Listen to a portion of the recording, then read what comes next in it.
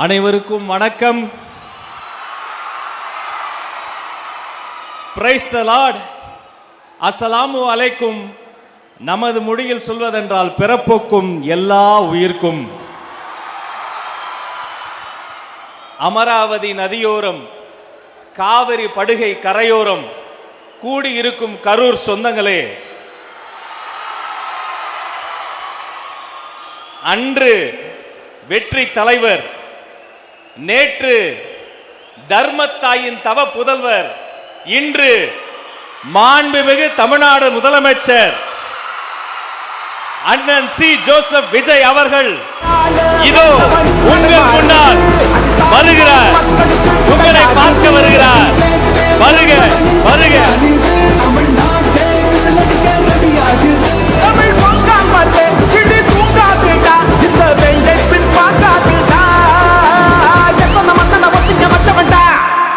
நான் தன்னன் தனியாளு, நீ நம்ம பாரு. கொஞ்சம் நவந்தானா இங்க எட்டு கோடி பேரு. நல்ல போது கேட்டு எங்க விசில் சத்தம் கேட்டு, நல்லா வந்த பாட நீ விசில் கடி ஓட்டு.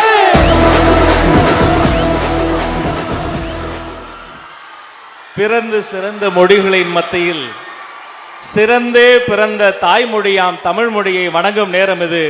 அனைவரும் எழுந்து நின்று தமிழ் தாய் வாழ்த்து பாடுவோம். வாருங்கள்.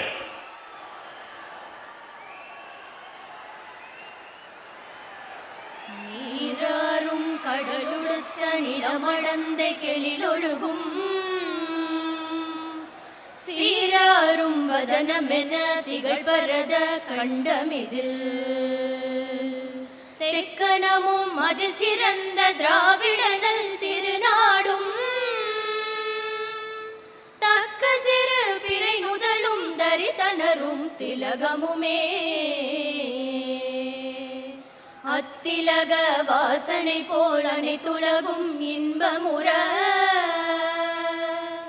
எத்திசையும் புகழ் மணக்க இருந்த பெரும் தமிழனங்கே, தமிழனங்கே உன் சீரிலமை திறம்பியந்த செயல் மறந்து வாழ்த்துதுமே, வாழ்த்துதுமே, வாழ்த்துதுமே.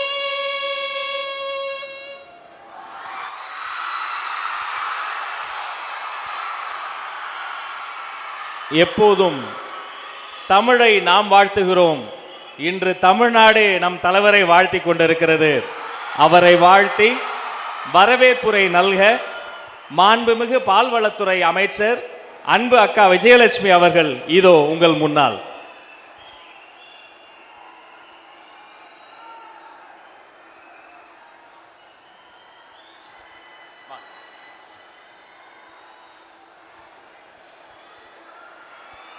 ஐயன் திருவள்ளுவர் சிலையை மாண்புமிகு முதல்வருக்கு பரிசளித்து வரவேற்புரை நல்குகிறார் மாண்புமிகு அமைச்சர்.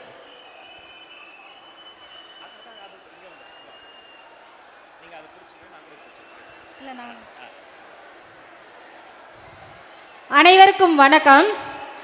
நெசவாளர் நெஞ்சமெல்லாம் குளிர கரூர் மாநகருக்கு வருகை தந்திருக்கும் மாண்புமிகு தமிழ்நாடு முதலமைச்சர், மக்கள் முதல்வர், எங்கள் கழகத் தலைவர் திரு விஜய் அவர்களை கரூர் மாவட்ட மக்களின் சார்பாகவும் எனது சார்பாகவும் இதயம் கனிந்த வரவேற்பை தெரிவித்துக் கொள்கிறேன். இந்நிகழ்ச்சியில் கலந்து கொண்டுள்ள மாண்புமிகு அமைச்சர்கள், சட்டமன்ற உறுப்பினர்கள், அனைத்து கழக நிர்வாகிகள், அரசு உயர் அலுவலர்கள் மற்றும் அன்பு பொதுமக்கள் அனைவரையும் வருக வருக என அன்புடன் வரவேற்கின்றேன்.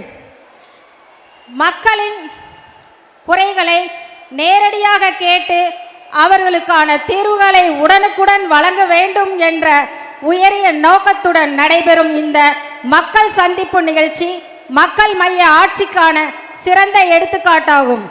எளிமை, நேர்மை, வேகம், மக்கள் நலன் ஆகியவற்றை அடிப்படையாக கொண்டு தமிழகத்தை முன்னேற்ற பாதையில் வழிநடத்தி வரும் தங்களின் தலைமையில் கரூர் மாவட்டமும் புதிய வளர்ச்சி பாதையில் முன்னேறி வருகிறது. இன்று தங்களின் வருகையால் கரூர் மாவட்ட மக்கள் பெருமகிழ்ச்சி அடைந்துள்ளனர். இந்த வருகை எங்கள் மாவட்ட வளர்ச்சிக்கு மேலும் பல புதிய வாய்ப்புகளை உருவாக்கும் என்ற நம்பிக்கை எங்களுக்கு உள்ளது. மீண்டும் ஒருமுறை கரூர் மாவட்டத்தின் சார்பாக மாண்புமிகு முதலமைச்சர் அவர்களை அன்புடன் வரவேற்று இந்த மக்கள் சந்திப்பு நிகழ்ச்சி சிறப்பாக நடைபெற மனமார்ந்த வாழ்த்துக்களை தெரிவித்துக் கொள்கிறேன். நன்றி, வணக்கம். அக்கா அவர்களுக்கு நன்றி. அடுத்து மாண்புமிகு முதல்வர் முன்னாள் கரூர் மேற்கு மாவட்ட செயலாளர் மண்ணின் மைந்தன் எங்கள் அண்ணன் கழக மாவட்ட செயலாளர் மதி அவர்களை சிறப்புரை வழங்க சிறப்போடு அழைக்கிறேன். அண்ணா வருக.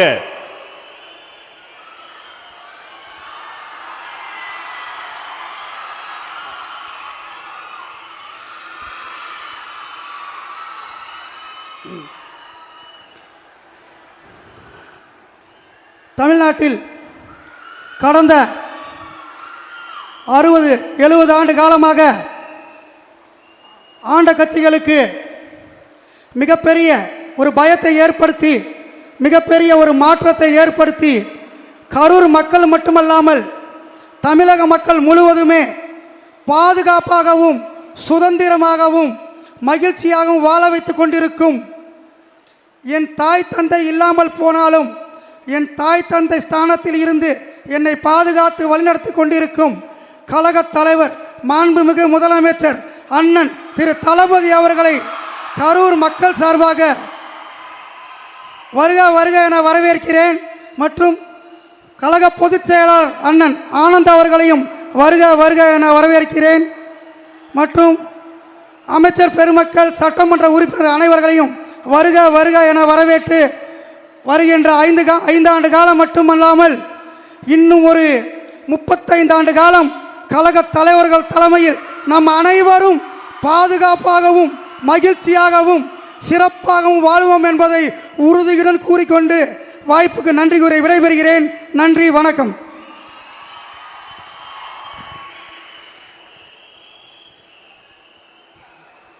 ஐந்தாண்டு மட்டுமல்ல, அடுத்து வருகிற ஒவ்வொரு ஆண்டுமே வெற்றி தலைவரின் ஆண்டாக இருக்கும் என்பது உண்மை. அடுத்து நம்மிடையே சிறப்புரை வழங்க கழகத்தின் கிழக்கு மாவட்ட செயலாளர் அன்பு சகோதரர் பாலா அவர்களை அன்போடு அழைக்கிறேன். வருக.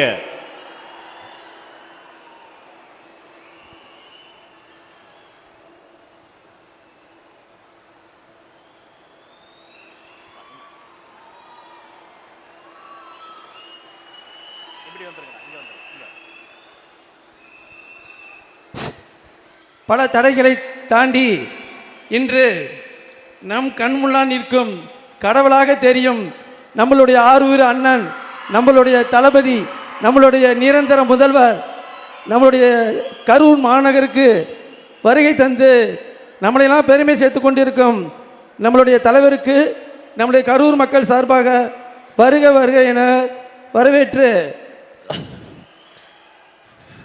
நம்மளுடைய பெண்கள் பாதுகாப்பிற்காகவும் இளைஞர்களோட எதிர்காலத்திற்காகவும் மற்றும் நம்மளுடைய தமிழக அனைத்து மக்களுக்காகவும் உழைக்கிறதுக்காகவே பெரிய உச்சத்தில் இருந்து வந்திருக்கும் நம் தானை தலைவர் அவர்களையும் இவ்வளோ பெரிய நிர்வாகத்தை சுமந்து செல்லும் நம்மளுடைய கழக பொதுச் செயலாளர் அண்ணன் ஆனந்த் அவர்களுக்கும் என் மனமார்ந்த நன்றி தெரிவித்துக் கொண்டு வாய்ப்பு அளித்ததற்கு நன்றி கூறி விடைபெறுகிறேன். நன்றி, வணக்கம்.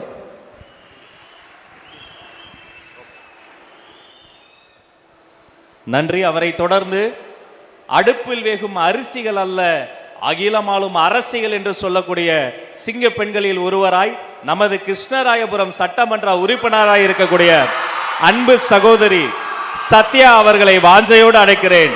வாங்கம்மா.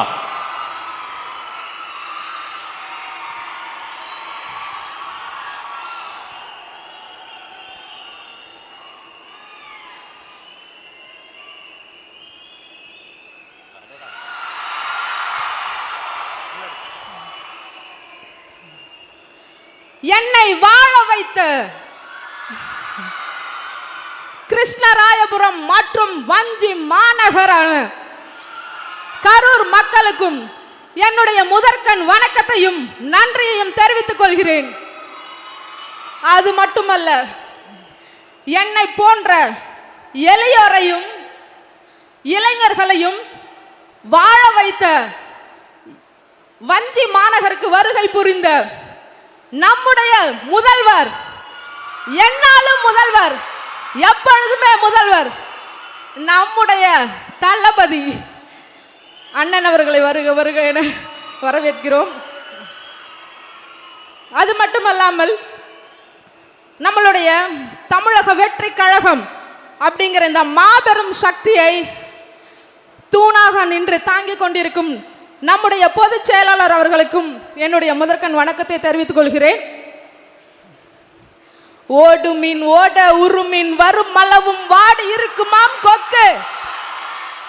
ஆமாங்க, கொக்கு எப்படி தனக்கான ஒரு மிகப்பெரிய வாய்ப்பு உருமீன், அதாவது பெரிய மீன் வர வரைக்கும் காத்துட்டு இருக்குமோ, அதே போல தமிழ்நாட்டு மக்களும் தனக்கான ஒரு பெரிய வாய்ப்பு வரும்னு காத்துட்டு இருந்தாங்க.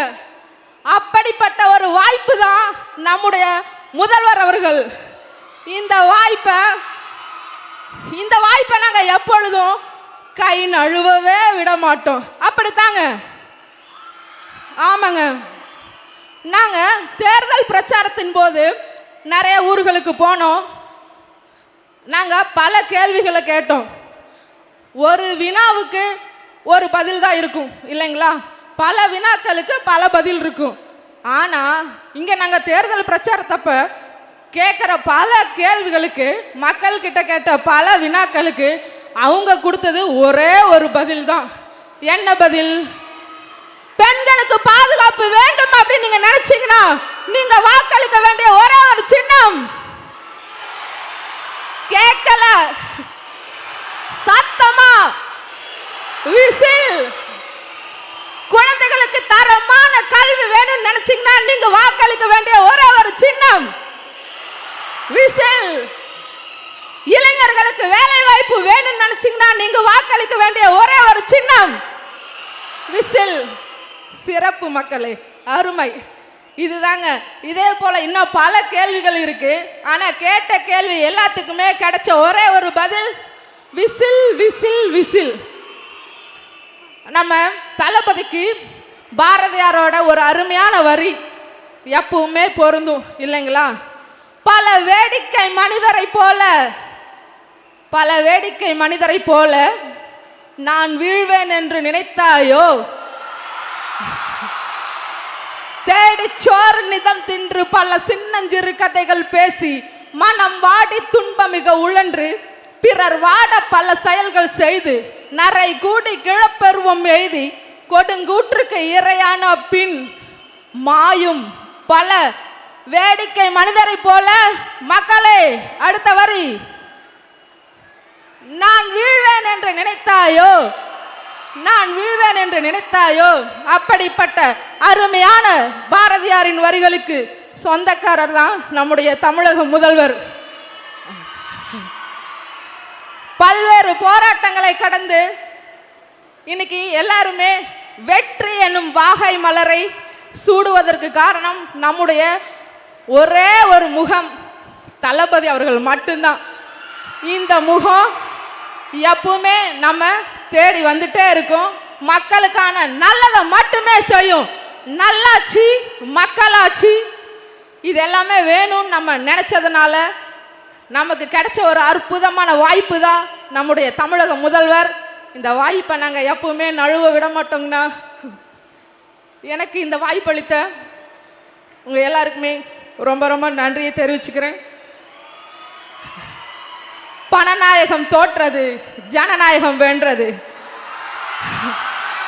ஜனநாயகன் சீக்கிரமே நம்மளை பார்க்க வருவார். நன்றி நன்றி நன்றி நன்றி. புவி ஈர்ப்பு விசை அனைத்து பொருட்களையும் பூமியோடு ஈர்க்கும். தமிழ்நாட்டிற்கு வந்திருப்பது விஜய் ஈர்ப்பு விசை அனைத்து ஆளுமைகளையும் நல்ல தலைமை தேடி தானாய் வந்து ஒரு தானாய் சேர்ந்த கூட்டமாக மாறிக்கொண்டிருக்கிறது. மக்களை அடுத்து நம்மிடையே பேசுவதற்காக முன்னாள் அமைச்சர், இந்நாள் தமிழக வெற்றி கழகத்தின் தொண்டர், அன்பு சகோதரர் MR விஜயபாஸ்கர் அவர்கள் வெள்ளி வாளை பரிசளிக்கிறார். போரில் வென்ற முதல்வருக்கு போர்வாளை பரிசளிக்கிறார். உங்களிடையே இதோ உரையாற்றுகிறார்.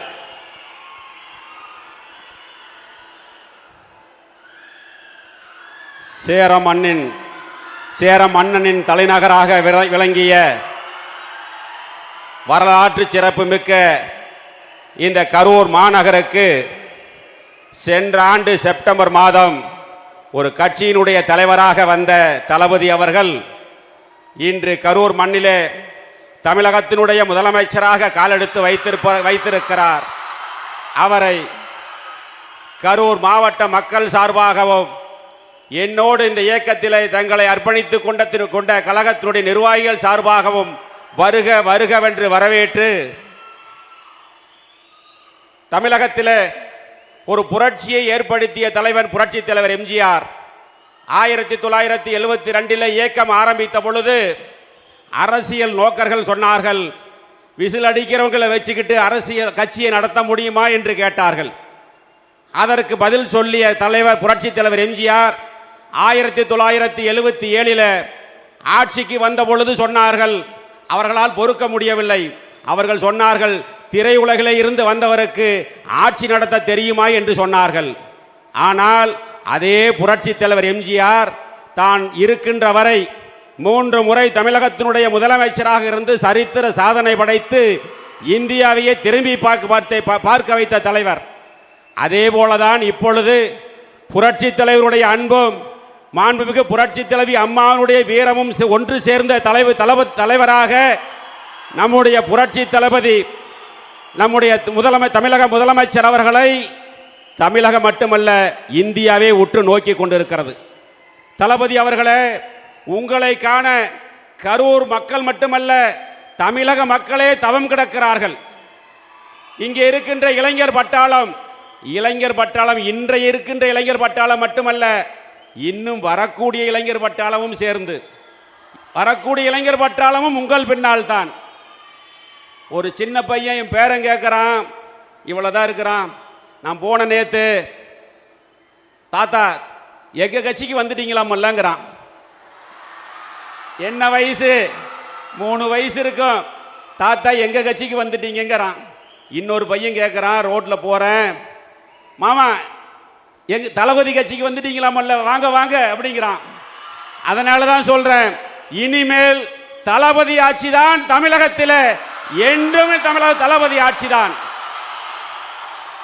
அதிமுகவில் அனைத்து இந்திய அண்ணா திராவிட முன்னேற்ற கழகத்தில் மாண்புமிகு இதய தெய்வம் புரட்சி தலைவி அம்மாவுடைய கரத்தை வலுப்படுத்துவதற்காக எண்ணற்ற தியாகங்களை செய்திருக்கிறோம்.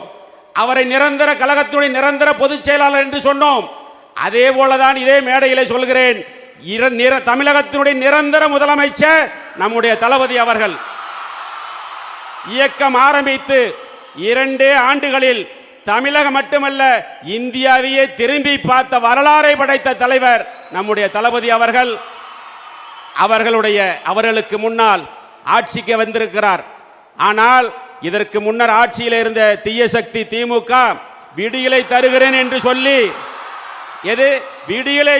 என்று சொல்லி அவர்களுக்கு தான் விடிஞ்சது, தமிழக மக்களுக்கு அல்ல. பணம் மட்டும் இருந்தால் போதும், அதிகாரம் இருந்தால் போதும், ஆட்சிக்கு வந்துவிடலாம் என்று மனக்கணக்கு போட்டவர்களுடைய மனக்கோட்டையை தகர்த்த தலைவன் இந்த நம்முடைய தலைவர் அவர்கள். ஆட்சி அதிகாரத்திற்கும் வேலை இல்லை, பணத்திற்கும் வேலை இல்லை, அன்புக்கு அடிமை என்பதை நிரூபித்த இளைஞர் பட்டாளம் இருக்கிறது. நீங்கள் உத்தரவிடுங்கள், உங்கள் பின்னால் ஒரு எளிய தொண்டனாக உங்கள் பின்னால் இந்த இயக்கத்தை கழகத்தை வலுப்படுத்துவதற்கு இரவு பகல் பாராமல் போராடுவோம். அதில் எந்த மாற்று கருத்தும் கிடையாது. எனவே தமிழகம் என்பது இனிமேல் தளபதி கையில் தான் இருக்கிறது. தளபதி ஆட்சிக்கு வந்திருக்கிறார். நிறைய சவால்கள் இருக்கிறது. போன தீய சக்தி திமுக ஆட்சியில் மிகப்பெரிய பொருளாதார நெருக்கடி இருந்தது. குழந்தைகள் பெண்களுக்கான பாதுகாப்பு ஒரு சவாலாக இருக்கிறது. போதைப் பொருள் ஒரு சவாலாக இருக்கிறது. சட்டம் ஒழுங்கு ஒரு சவாலாக இருக்கிறது. இப்பொழுது புதிதாக கர்நாடகாவில் இருந்த காவேரி பிரச்சனை ஒரு சவாலாக இருக்கிறது. இங்கே இருக்கக்கூடிய இளைஞர் பட்டாளத்தினுடைய வேலை வாய்ப்பு ஒரு சவாலாக இருக்கிறது. அத்தனை சவால்களையும் தூள் தூளாக்கி தமிழகத்தில் ஒரு தூய ஆட்சியை, ஒரு பாதுகாப்பான ஆட்சியை, எப்பொழுதும் மக்கள் பெண்கள் சுதந்திரமாக வெளியில நடமாடக்கூடிய ஒரு ஆட்சியை கொடுக்கக்கூடிய தளபதி அவர்கள் பின்னால் தமிழகத்தில் மட்டுமல்ல, நம்முடைய கரூர் மாவட்டத்தில் இருக்கக்கூடிய அனைத்து இந்திய அண்ணா திராவிட முன்னேற்ற கழகத்தினுடைய தொண்டர்கள் புறப்பட்டு விட்டார்கள். இனி உங்கள் காலம். நீங்கள் உத்தரவிட்டால் எதுவையும் செய்ய தயாராக இருக்கிறோம். தளபதியினுடைய கரத்தை வலுப்படுத்த உங்கள் உயிரை கொடுத்தாவது அதை செய்து காட்டுவோம் என்று இந்த நேரத்தில் அன்போடு தெரிவித்துக் கொண்டு, இனிமேல் கரூர் மாவட்டம் தளபதியினுடைய கோட்டை என்பதை நாங்கள் நிரூபித்து காட்டுவோம் என்பதை இந்த நேரத்தில் இருக்கிறீர்களே இளைஞர் பட்டாளம், உங்களுடைய அனுமதியோடு அந்த உத்தரவாதத்தை கொடுத்து தலைவர் முன்னால் ஒரே ஒரு கோரிக்கை இருக்கிறது, அதை மட்டும் சொல்லிவிடுகிறேன். சென்ற திமுக தீய ஆட்சி காலத்தில் அறநிலைத்துறை என்று ஒரு துறை இருந்தது. அதற்கு ஒரு அமைச்சர் இருந்தார். முன்னாள் பெருந்தலைவர் காமராஜர் ஆட்சி காலத்தில் 1963 to 66 ஆட்சி காலத்தில் இனாம் ஒழிப்பு சட்டம் என்று ஒரு சட்டம் கொண்டு வந்து அந்த கோயில் இனாம் நிலங்களை உழுதவர்களுக்கு, குடியிருப்பவர்களுக்கு பட்டா போட்டு கொடுத்தார். கிட்டத்தட்ட 50, 60, 70 ஆண்டு காலத்திற்கு பிறகு இந்த தீய சக்தி திமுக ஆட்சி காலத்தில் அமைச்சராக இருந்தவரும் சரி, அந்த முதலமைச்சரும் சரி, சொந்த மண்ணிலேயே அவர்களை அகதிகளாக்கி கொண்டிருக்கிறார்கள். அதுவும் குறிப்பாக கரூர் மாவட்டத்தில் அவர்களுடைய வீடுகளை சீல் வைப்பது, காலி செய்வது, அவர்களுடைய நிலங்களை அபகரிப்பது என்ற நிகழ்வு நடந்து கொண்டிருக்கிறது. இது கரூருக்கு மட்டுமல்ல, கரூரில் தான் அதிகமாக நடக்கிறது. இது தமிழ்நாட்டுக்கான ஒரு பிரச்சனை. இந்த பிரச்சனையை மாண்புமிகு தமிழக முதலமைச்சர் தளபதி அவர்கள் தனி கவனம் எடுத்து அந்த பிரச்சனையை தீர்த்து வைத்தால் தமிழகத்தில் இருக்கக்கூடிய ஏழை எளிய மக்கள், கோவில் இனாம் நிலங்களே குடியிருக்கக்கூடிய ஏழை எளிய மக்கள், அதில் விவசாயம் செய்து தனது வாழ்வாதாரத்தை நடத்தி கொண்டிருக்கக்கூடிய லட்சக்கணக்கான மக்கள் வாழ்நாள் முழுவதும் உங்களுக்கு கடன்பட்டு இருப்பார்கள் என்று சொல்லி அதை மட்டும் செய்து கொடுக்க வேண்டும் என்ற கோரிக்கையை வைத்து உங்கள் முன் இன்று இயக்கத்தில் நாங்கள் இணைந்ததை நான் பெருமையாக நினைத்துக் கொள்கிறேன். வெளியில் 1000 சொல்லலாம், நான் நெகிழ்ந்து போனேன். இயக்கத்தில் நானும் புதுக்கோட்டை விஜயபாஸ்கர் 2 பேர் விஜயபாஸ்கர் ஸ்கொயர்னு சொன்னாங்க, போய் இயக்கத்தில் இணைந்தோம். அடுத்த நாள் தளபதி அவர்களை பார்ப்பதற்கு ஒரு வாய்ப்பு கிடைத்தது. மேடையிலே சென்று 2 மணி நேரம் சால்வை அணி வைத்து ஒவ்வொருவருக்கும் 4 போட்டோ எடுத்தார். நான் பார்த்ததே கிடையாது. அவ்வளவு அமைதியாக நம் சொல்வதை கேட்டு அதற்கு பதில் சொல்லி, நான் நேரில் கேள்விப்பட்டதுக்கு நேரில் பார்க்கறதுக்கு உடம்பெல்லாம் சிலுக்கிற மாதிரியான ஒரு நிகழ்வு நடந்தது. அது மட்டுமல்ல, 2வது முறை ஒரு போட்டோ எடுக்க வாய்ப்பு கிடைத்தது. ஒன்று ஒரு ஆசைப்பட்டேன், சார் என் தோளில் கை போட்டு ஒரு போட்டோ வேணும்னு கேட்டேன். உடனடியாக அதை செய்து கொடுத்தார். உண்மையிலேயே நான் அதை கனவா நினைவா என்று எண்ணி பார்க்கின்ற அளவிற்கு அவ்வளவு பாசத்தோடும் பரிவோடும் நடந்து கொண்ட தளபதி அவர்கள் பணத்தாலும் அதிகாரத்தாலும் மக்கள் மனதை வெல்ல முடியாது, பாசத்தால் வெல்லலாம் என்பதை நிரூபித்து காட்டிய நம்முடைய தளபதி அவர்களுடைய ஆட்சி சிறக்க வேண்டும். தொடர்ந்து தமிழகத்தில் நம் தளபதியினுடைய ஆட்சி தான் என்று உத்தரவாதம் கொடுத்து எங்களை எல்லாம் இந்த இயக்கத்தில் இணைத்துக் கொண்டதற்கு மீண்டும் ஒரு முறை நன்றி கூறி விடைபெறுகிறேன். நன்றி, வணக்கம். அண்ணன் அவர்களுக்கு நன்றி. 2 மணி நேரம் மட்டுமல்ல, குட்டீஸ்க்காக கல்வி விருதுகள் கொடுக்க உலகத்திலேயே 14 மணி நேரம் நின்று கொண்டே இருக்கக்கூடிய ஒரு தலைவர், அந்த தங்கைகளின் அண்ணன், அண்ணன்களின் தம்பி, தலைவர் மட்டுமல்ல, எங்கள் குடும்பத்தின் தலைமை தொண்டர் மாண்புமிகு முதலமைச்சர் அண்ணன் சி. ஜோசப் விஜய் அவர்களே, வருக, தலைமை உரை தருக.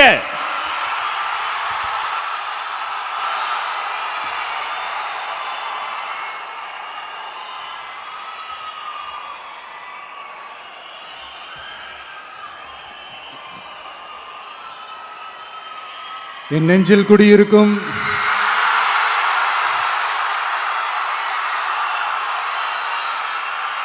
கரூர் சொந்தங்கள், உங்கள் அனைவருக்கும் என்னுடைய வணக்கம்.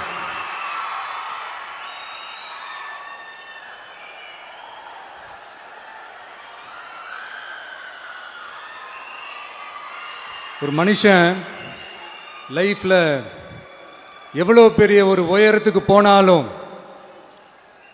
மனசளவில் சில வலிகள், காயங்கள், அதை மறக்க முடியாது இல்லையா? எல்லார் லைஃப்லையும் அப்படி தான், நமக்கும் அப்படி தான். நிறையா வலிகள், காயங்கள் எல்லாத்தையும் தாண்டி தான் வந்திருக்கிறோம். ஆனால் எல்லாத்தையும் விட ரொம்ப ஜாஸ்தியான அந்த வலியும் அந்த காயமும் எனக்கு அந்த கரூர் சம்பவம் தான்.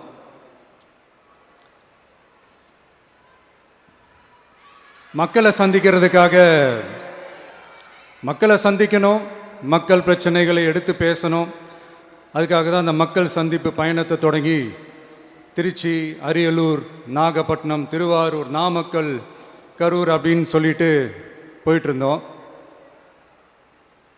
அரியலூரில் அந்த மீட்டிங் முடிச்சுட்டு பெரம்பலூர் போகிறதுக்கு முன்னாடி அந்த பெரம்பலூர் போலீஸ் எங்களை அலர்ட் பண்ணாங்க. சரிங்க, கூட்டம் கொஞ்சம் ஜாஸ்தியாக இருக்குது, லேட் ஆகிடுச்சு, வராதீங்க அப்படின்ட்டு. So we had no choice. Police சொன்னால் நம்ம அதை ஒபே பண்ணி தானே ஆகணும். அதே நேரத்தில் பெரம்பலூர் மக்களோட அந்த சேஃப்டியும் மைண்டில் எடுத்துக்கிட்டு ஒரு மன வலியோடவே திரும்ப போயிட்டோம். அதுக்கப்புறம் பெரம்பலூர் தொகுதி மக்களுக்கு மன்னிப்பும் கேட்டோம். அதே மாதிரி நாமக்கல் அந்த மீட்டிங் முடிச்சுட்டு கரூர் வரும்போது அந்த கரூர் போலீஸ் எங்களை அலர்ட் பண்ணியிருக்கலாம்ல.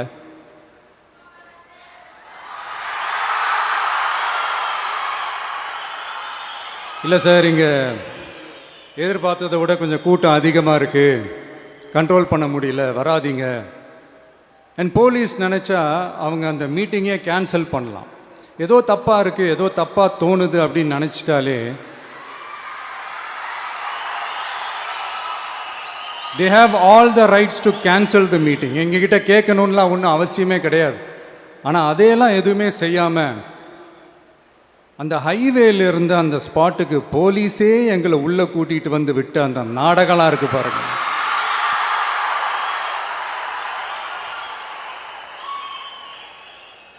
நம்பிட்டேங்க, முழுசாக நம்பிட்டேன். அன்னைக்கு இருந்த அந்த கரூர் போலீஸ் பேசும்போது தேங்க்ஸ்லாம் சொன்னேன் அவங்களுக்கு. எனக்கு தெரியாது இப்படி ஒரு நாடகம் நடக்கும்.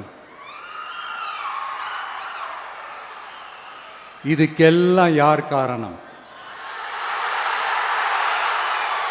இதெல்லாம் யார் சொல்லி செஞ்சது? இப்படி பண்ணுங்க, அப்படி பண்ணுங்க, சப்போஸ் அப்படி நடந்தா இப்படி பண்ணுங்க, சப்போஸ் இப்படி நடந்தா இந்த மாதிரி இன்ஸ்ட்ரக்ஷன்ஸ்லாம் கொடுத்து அந்த பிரஷர் போடுறது யார்?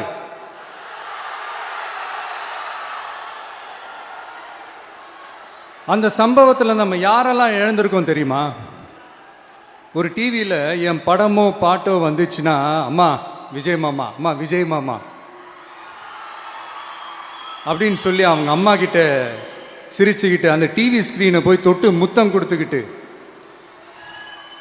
என் அக்கா தங்கச்சிங்களோட தங்க பிள்ளைகளை இழந்திருக்கோம்யா.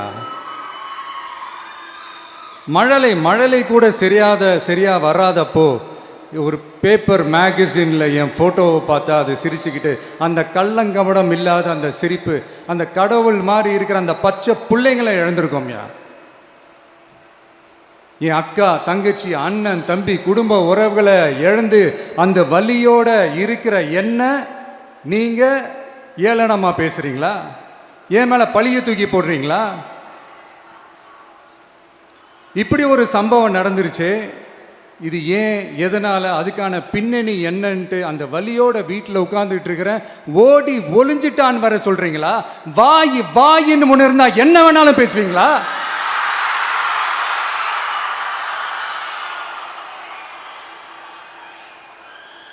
மக்களே, நான் உங்களையே கேட்குறேன், அன்னைக்கு அத்தனை க்ரௌடு இருந்துச்சு, அந்த க்ரௌடுக்கு தகுந்த மாதிரி போலீஸ் பாதுகாப்பு கொடுத்தாங்களா? இந்த இடத்தை எடுத்துக்க சொல்லி நாங்க தான் சொன்னோம்னு ஒரு போலீஸ் ஆபீசர் பேட்டி கொடுக்கிறாரு, அதுக்கு என்ன அர்த்தம்? இவ்வளோ வலி, இவ்வளோ காயங்கள் கொடுத்துட்டு பழியை தூக்கி நம்ம மேல போட்டுட்டு அதுல ஒரு அரசியல் ஆதாயம் தேடுறீங்களேயா? இதுல வாய் கூசாம சட்டசபையில ஸ்டாலின் சார் நம்ம மேல திருப்பி விட்டு அங்க ஒரு அரசியல் செய்றாரு, அதுக்கு என்ன அர்த்தம்? நமக்காக வந்திருக்கிற மக்களை காக்க வைக்கிறதுக்கு நான் ஒன்றும் ஆதாயம் தேடுற அரசியல்வாதியெல்லாம் கிடையாது. மக்களுக்காக அரசியலுக்கு வந்தவன் இந்த விஜய். எனக்காக எல்லாமும் கொடுத்த என் மக்களுக்காக எல்லாத்தையும் விட்டுட்டு மக்களுக்காக மட்டுமே அரசியலுக்கு வந்தவன் இந்த விஜய். அவங்களுக்காக நன்றி கடன் செலுத்துறதுக்காக மட்டுமே அரசியலுக்கு வந்தவன் இந்த விஜய். உங்களுக்கு தான் இந்த விஜயை பத்தி நல்லா தெரியுமே. ஆனா நம்ம எல்லாருக்குமே இத்தனை வலிகள் காயங்கள் கொடுத்தவங்களுக்கு இந்த 2026 தேர்தலில் தக்க பதிலடி கொடுத்துட்டீங்க. ஆனா அது மட்டுமே பத்தாது மக்களே, அது மட்டுமே பத்தாது. காலகாலத்துக்கும் எழுந்திருக்கவே முடியாத அளவுக்கு நிரந்தரமான ஒரு பதிலடியை நீங்க கொடுத்துக்கிட்டே இருக்கணும்.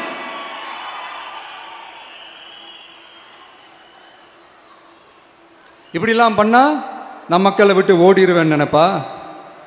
யார் என்ன ஓடினாலும் நான் மக்களை விட்டு எல்லாம் ஓட மாட்டேன். அன்னைக்கும் சொன்னேன், இன்னைக்கும் சொல்றேன், நாளைக்கும் சொல்றேன், தில்லா சொல்லுவேன், கெத்தா சொல்லுவேன். பணமா ஜனமா அப்படின்னு கேட்டா என் ஜனம் தான் எனக்கு முக்கியம்.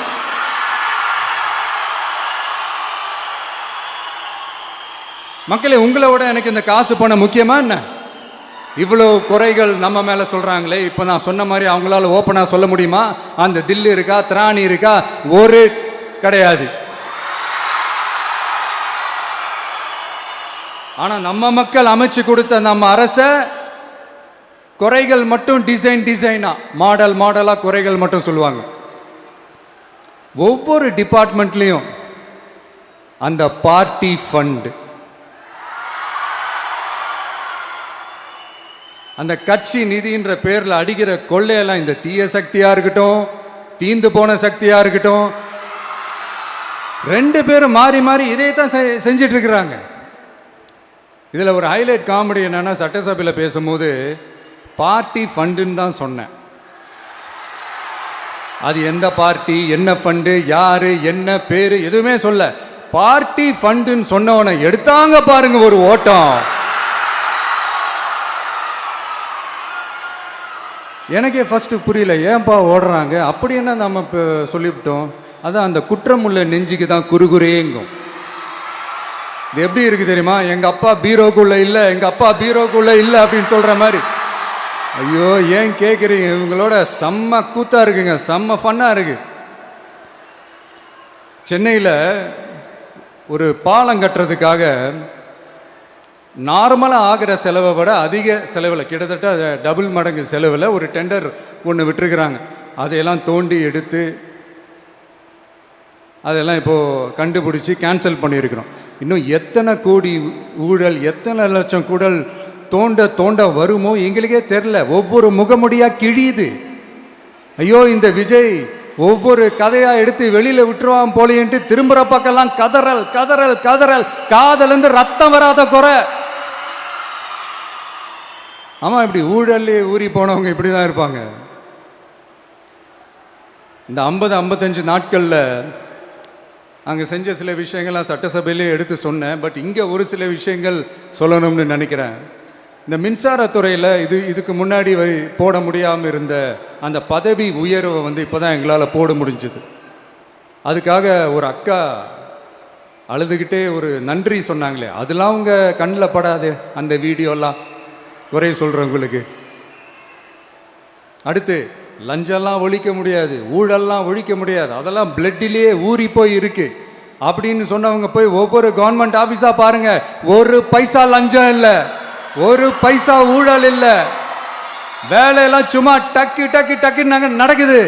ஒரு பெரியவர் ஒருத்தர் சொல்றாரு, தம்பி வேலையெல்லாம் நடக்குது, ஆனா அதையும் தாண்டி எங்களுக்கு மரியாதை கொடுக்குறாங்க தம்பி, உட்கார வச்சுலாம் பேசுறாங்க. இதெல்லாம் இதுக்கு முன்னாடி நடந்ததே இல்லை. அவனை போய் பாரு, இவனை போய் பாரு, இந்த ஆபீசரை போய் பாருன்னு சொல்லி அலைய விடுவாங்க. இப்ப லஞ்சம் இல்லை, ஊழல் இல்லை, வேலையெல்லாம் உடனே நடக்குது. மக்கள் அப்படி ஒரு பெருமூச்சு ஒன்று விடுறாங்க. அதை பார்த்து நமக்கு அப்படி ஒரு ஹாப்பினஸ். இதுக்கு மேல என்ன வேணும்? ஏன் இதெல்லாம் பண்ண முடியாது? மனசுன்னு ஒண்ணு இருந்தா பண்ணலாம். இப்ப பண்ணல.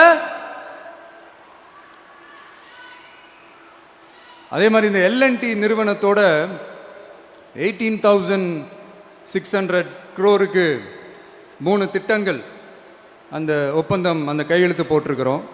கிட்டத்தட்ட 8,200 பேருக்கு வேலை வாய்ப்பு. நான் சொல்றது அந்த 3 மாவட்டத்தை சேர்ந்தவங்களுக்கே அவ்வளோ வேலை வாய்ப்பு.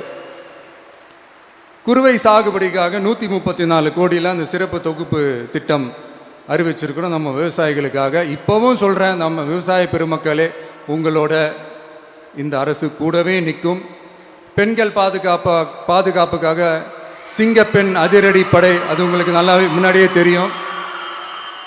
வரப்போகிற அறிஞர் அண்ணா அவர்களுடைய பிறந்த நாளில் உங்கள் அண்ணனுடைய அரசில் தாய் மாமன் தங்க மோதிர திட்டம் அறிவிக்கப்படும். இதெல்லாம் கேட்டாங்களே, வாக்குறுதி கொடுத்தீங்களே, என்னாச்சு என்னாச்சுன்னு. இந்த தீய சக்தி மாதிரி ரீல் தாய் மாமன்லாம் கிடையாது, ரியல் தாய் மாமன். எப்படி ரியல் தாய் மாமன்.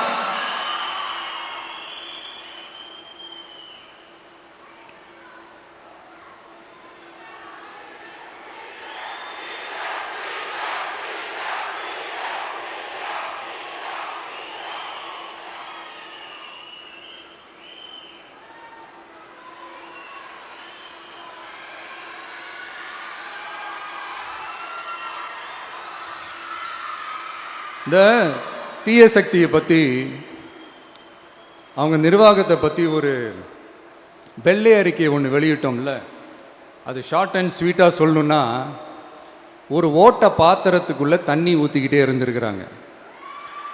பாத்திரம் எம்டியாகவே இருந்திருக்கு, ஆனால் ஊற்றின தண்ணி தான் எங்கே போச்சுன்னு தெரில. கடவுளுக்கு தான் வெளிச்சம். அது மாதிரி இப்போ நம்ம சொன்னதெல்லாம் சும்மா ஒரு சாம்பிள் தான். இன்னும் வரப்போகிற நாட்களில் உங்கள் அரசனுடைய அந்த விஸ்வரூபத்தை நீங்கள் பார்ப்பீங்க. அடுத்து வாயத்தொடங்க சிஎம். அடாடா, உங்கள் சிஎம் நெஞ்சிலேயே குத்திட்டு வந்தீங்க பாருங்க, அதெல்லாம் வேற லெவல். பேசுங்கன்றீங்க, பேசுனா எந்திரிச்சு ஓடிடுறீங்க. இனிமேல் பேச ஆரம்பிக்கிறதுக்கு முன்னாடி என்ன பண்ணணும் அப்படின்னா, ஒரு நண்பர் ஒருத்தர் சொன்னார், மாண்புமிகு பேரவைத் தலைவர் அவர்களே, எல்லா டோரையும் இழுத்து லாக் பண்ணுங்க அப்படின்னு சொல்லிட்டு தான் பேச்ச ஆரம்பிக்கணும் போல் இருக்கு. ஏன்னா பேசிட்டு இருக்கும் போதே எந்திரிச்சு ஓடிடுறாங்க. 5 நிமிஷம் பேசினதுக்கே குளத்தூர்ல கொத்து பரோட்டா போட்டாங்க. இதுக்கு மேலே பேசினா மொத்தமாக முடிஞ்சிடும், பார்த்துக்கங்க. நாம் அரசியல் பேசினா விஜயெல்லாம் அரசியல் பேசலாமா அப்படிங்கிறது. சரிப்பா, நமக்கு எதுக்கு வம்பு, நம்ம பாட்டுக்கு நம்ம வேலையை பார்ப்போம், எதுக்கு அவங்கள பற்றி பேசிக்கிட்டு அப்படின்னு இருந்தால் விஜய்க்கு அரசியலே பேச தெரில அப்படிங்கிறது. இப்படியே மாறி மாறி மேகதாது அணையை பற்றி என்ன தெரியும், விஜயம் அதை பற்றி பேசலை. இப்படி நம்ம அரசியலுக்கு வந்ததுலேருந்தே ஒரு கூட்டம் குறை மேலே குறையா சொல்லிக்கிட்டு, பாட்டுக்கு பாட்டு கச்சேரி எங்களுக்கும் பண்ண தெரியும், பண்ணலாமா? இந்த மேகதாது அணை சம்பந்தமான அந்த வழக்கில் தமிழ்நாட்டோட பெட்டிஷனை சுப்ரீம் கோர்ட் எப்போ ரிஜெக்ட் பண்ணிச்சு? அப்போ யார் ஆட்சியில் இருந்தா? ஏன் ஒழுங்காக வாதாடல? நீங்கள் ஒழுங்காக வாதாடி இருந்தீங்கன்னா அதை ரிஜெக்ட் பண்ணியிருக்க மாட்டாங்கல்ல. ஏன் ஸ்டாலின் சார் வேணும்னே விட்டுட்டாரா? ஏன் இப்படிலாம் கேள்வி கேட்கலாமா? இப்படிலாம் கேள்வி கேட்டால் தான் மேகதாது அணையை பற்றி பேசுனதா அர்த்தமா? ஏன் அந்த ஸ்டேட்டு சிஎம் பேசுகிறாரு, நீங்கள் ஏன் பேசலை அப்படின்னா, நம்ம ஸ்டேட்டோட உரிமையை எங்கே நிலைநிறுத்தணுமோ அதுக்காக வேலை பார்க்குறது மட்டும்தான் முக்கியம். சும்மா சவால் விட்டுக்கிட்டு சீண்டி பார், நான் யார் தெரியுமா, தொட்டு பார், இப்படிலாம் பேசிக்கிட்டு இருந்தால் வேலைக்கு ஆகாது. சும்மா பேசி பேசி பிரச்சனையை வளர்த்துக்கிட்டு யார் மேலே அது பழியை தூக்கி போட்டுட்டு அப்புறம் மக்களை அம்போன்னு தெருவில் விட்டுட்டு இப்படி தான் ஒரு அரசியல் பண்ணணும்னா அந்த அரசியல் நமக்கு தேவையும் இல்லை, அதை நம்ம செய்யவும் போகிறதில்ல. Talk less work more mode தான், அதுதான் நம்ம பாலிசியே. அதனால தான் சட்டசபையில் அந்த அரசினர் தீர்மானம்னு சொல்லி ஒன்று கொண்டு வந்தோம். அது எப்படி டு டேக் இட் ஃபார்வர்ட், எப்படி கொண்டு போகணுமோ அதை சரியாக செய்வோம். சென்ட்ரல் கவர்மெண்ட்லேருந்து அந்த டீலிமிட்டேஷனை திரும்ப கொண்டு வர போகிறதா ஒரு பேச்சு ஒன்று அடிபடுது. யார் என்ன டீலிமிட்டேஷன் கொண்டு வந்தாலும் தமிழ்நாடு அது ஒத்துக்காது. நமக்கான இடத்த யாரும் பறிக்கவும் முடியாது, அது பறிக்கவும் விட மாட்டோம். இப்படி நாம் இருக்கும்போது இந்த தீய சக்தி திமுக எங்கே போய் நிற்குது, யார் கதவை தட்டிக்கிட்டு நிற்குது, அது உங்களுக்கே நல்லா தெரியும். மக்களே, இந்த தீய சக்தியும் தீந்து போன சக்தியும் வேறலாம் இல்லை, கூட்டு களவாணிங்க. சொல்ல முடியுமா அவங்களால? எங்களுக்குள்ள ஒட்டும் இல்லை, உறவும் இல்லை, அறிவிக்க முடியுமா, நிரூபிக்க முடியுமா? இந்த வரப்போகிற இடைத்தேர்தலில் அதை நிரூபித்து காட்டுங்க, அப்புறமா பேசுங்க. மக்களை, என் மனசை விட்டு கரூர் எப்பவும் நீங்கவே நீங்காது. நமக்கு ஏற்பட்ட வேதனையான சம்பவத்தை, நமக்கு எதிராக நடந்த சதிய சூழ்ச்சிய இனி வர்ற ஜென்ரேஷனும் அவங்களுக்கு தெரியப்படுத்தணும்ல. அதுக்காகவே இனி ஒரு அரசியல் சதிய, அரசியல் சூழ்ச்சிய யாரும் யோசிக்கவே கூடாதுன்றதுக்காகவே கரூரில் ஒரு நினைவு சின்னத்தை நம்ம டிவிகே சார்பா அமைக்கப்படும் அப்படின்றத அறிவிக்கிறோம். அப்புறம் கரூர்ல இருந்து ஒட்டுமொத்த தமிழ்நாட்டு மக்களுக்கும் சொல்றேன், உங்க டிவிகே அரசு உங்களுக்காகத்தான் உழைக்கும். அடிப்படை வசதிகளை முதல்ல நிறைவேற்றணும். ஒரு பக்கம் நிதி நிலைமையை சரி செஞ்சுக்கிட்டே, இன்னொரு பக்கம் அப்படியே நாம் சொன்னதில் ப்ரையாரிட்டி பார்த்து ஒவ்வொன்றா படிப்படியாக நிறைவேற்ற ட்ரை பண்ணுவோம். இது எப்பவும் உங்களுக்கான அரசாக தான் இருக்கும். இந்த விஜய் உங்கள் விஜயாக தான் இருப்பான். நீங்கள் உரிமையோட உங்கள் கவர்மெண்ட்டை நீங்கள் அணுகலாம். இந்த தீய சக்தி ஆட்சி முடிஞ்சு பொட்டிக்குள்ளே போனதுலேருந்து என்னென்னமோ பண்ணுறாங்க, இது ஏதோ பேசுகிறாங்க, சோஃபாங்கிறாங்க, வாஷிங் மிஷினுங்கிறாங்க. இந்த அரசியல் வியாபாரம் பண்ணுறதுக்கான அந்த வெண்டிங் மெஷினே அவங்க தான். யார்? இந்த திமுக. இதில் நம்மளை பார்த்து வாஷிங் மிஷினுங்கிறாங்க. எலெக்ஷனில் ஓட்டுக்கு காசு கொடுக்குற அந்த கலாச்சாரத்தையே, அந்த கல்ச்சரை அடித்து நொறுக்கி இருக்கிறோம். எலெக்ஷன்லேயே அப்படி வேலை பார்த்த நமக்கு எதுக்கு இந்த குதிரை, கழுத, ஒட்டக பேரெல்லாம்? மக்களின் பக்கம். அப்படி இருக்கும்போது நமக்கு எதுக்கு இந்த பேரெல்லாம்? இந்த திருட்டு திமுக ஆட்சியை வச்சுக்கிட்டு ஊரடிச்சு ஒலையில போட்டு இந்த கொள்ளையை அடிச்சதுனால தான் உங்க கரூர் கம்பெனி ஓனர் ஒருத்தர் எங்க எங்க இருக்காருன்னே தெரியாம ஓட்டு ஓட்டு ஓட்டு ஓட்டு ஓட்டு ஓட்டு ஓட்டு ஓட்டு வராம் பாரு வேட்டக்காரன் ஓடினே இருக்கிறாரு. இன்னொருத்தர் ஃபாரின்ல போய் ஒளிஞ்சுக்கிட்டார். ஃபாரின் உடனே ஸ்டாலின் சார் நினைச்சிட போறீங்க. அவர் இல்லை. எனக்கு எப்பவுமே ஸ்டாலின் சார் மேல ஒரு தனி பாசம் ஒன்று உண்டு. அவர் கிடையாது, இவர் வேற. சிங்கப்பூருக்கு செக்கப்புக்கு போனார்ல அவரு. இன்னும் தோண்ட தோண்ட எத்தனை பேர் மாட்ட போறாங்களோ தெரியல. உங்ககிட்ட யாராவது லஞ்சம் ஏதாவது கேட்டாங்கன்னா கொடுக்க முடியாது சொல்லுங்க, நான் இருக்கேன் உங்களோட. அப்படியே யாராவது ஃபோர்ஸ் பண்ணாங்கன்னா இது எங்க மகன், எங்க புள்ள, எங்க அண்ணன், எங்க தம்பி, எங்க விஜய், எங்க விஜயோட ஆட்சின்னு ஸ்ட்ராங்கா சொல்லுங்க. மக்களே, நீங்க கூட இருக்கும் போது லஞ்ச ஊழல் மட்டும் இல்ல, அதிகாரத்தை வச்சு ஆட்டம் போடுற யாரா இருந்தாலும் அடங்கிடுவாங்க. இந்த கடமை, கண்ணியம், கட்டுப்பாடுன்ட்டு ஒரு காலத்துல கொள்கையோடு இருந்த கட்சியெல்லாம் இன்னைக்கு எப்படி இருக்கான்னு உங்களுக்கே தெரியும். அதாவது இந்த டிவிகே கட்சியோட தலைவரை எதிர்க்கிறதுல ஒரு நியாயம் இருக்கு. ஏன்னா உங்க பொழப்புல மண்ணள்ளி போட்டான். என்ன இந்த ஊழல் லஞ்சம்லாம் பண்ண மாட்டேன்னு சொல்லி உங்க அரசியலையே ஒரு தெருமுனைக்கு கொண்டாந்து விட்டான். மக்கள் வேற அவனை தான் நம்புறாங்க. ஸோ இந்த விஜயை எதிர்க்கிறதுல ஒரு அரசியல் நியாயம் இருக்குது, அது புரிஞ்சுக்கலாம். ஆனால் இன்னைக்கு இந்த விஜயை மக்கள் ஓட்டு போட்டு ஜெயிக்க வச்சு ஒரு தீர்ப்பை கொடுத்து மக்களுக்காக வேலை செய்யறதுக்காக முதலமைச்சராக உட்கார வச்சிருக்கிறாங்க. என்னமோ இன்னமும் நீங்க தான் ஆட்சியில் இருக்கிற மாதிரி விஜய் கரூருக்கெல்லாம் போகக்கூடாது, விஜய் இங்க போகக்கூடாது, அது செய்யக்கூடாது, இது செய்யக்கூடாதுன்னு எனக்கு புரியலையே. ஆட்சியில் இருக்கும் போது தான் இவ்வளோ கட்டுப்பாடெல்லாம் போட்டீங்க, எஸ்ஓபிஸ்லாம் போட்டீங்க, ஸ்டாலின் சார் ஆப்ரேட்டிங் ப்ரொசீஜர்லாம் போட்டீங்க. இப்போவும் அதே பண்ணிட்டு இருந்தீங்கன்னா என்ன சார் நியாயம்? இல்லை, நான் தெரியாம தான் கேட்குறேன். இன்னும் கனவுலையே இருக்கிறீங்களா? முதல்ல முழிச்சு வாங்க, ரியாலிட்டிக்கு வாங்க. உங்கள் ஆட்சியெல்லாம் வீட்டுக்கு போய் டிவிக்கேன்னு ஒரு ஆட்சி வந்து ரொம்ப நாள் ஆச்சு.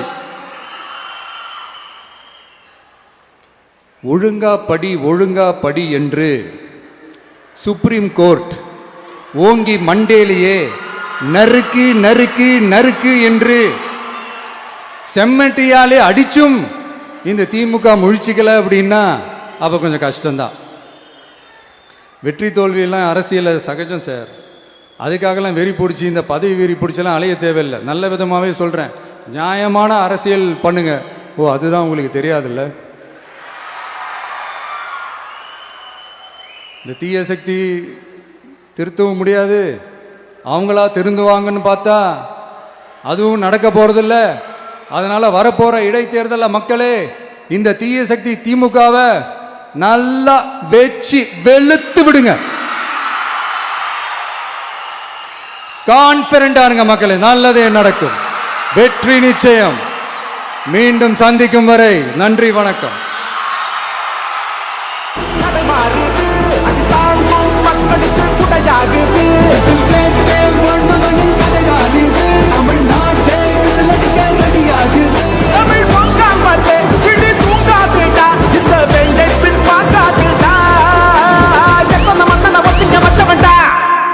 நான் தன்னந்தனியாளு, நீ நம்ம பாரு, கொஞ்சம் நவந்தானா இங்க எட்டு கோடி பேரு,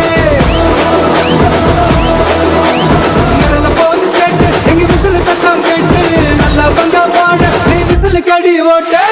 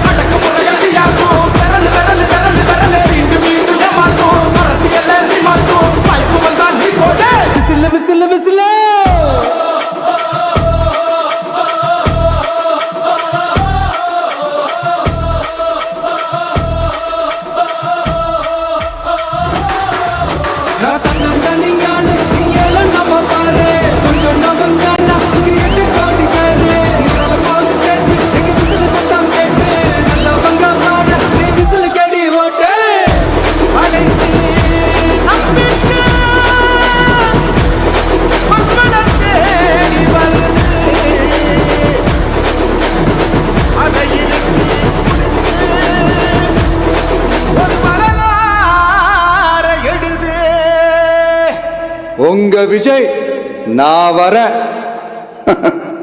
விசில் அடிக்க ரெடியா?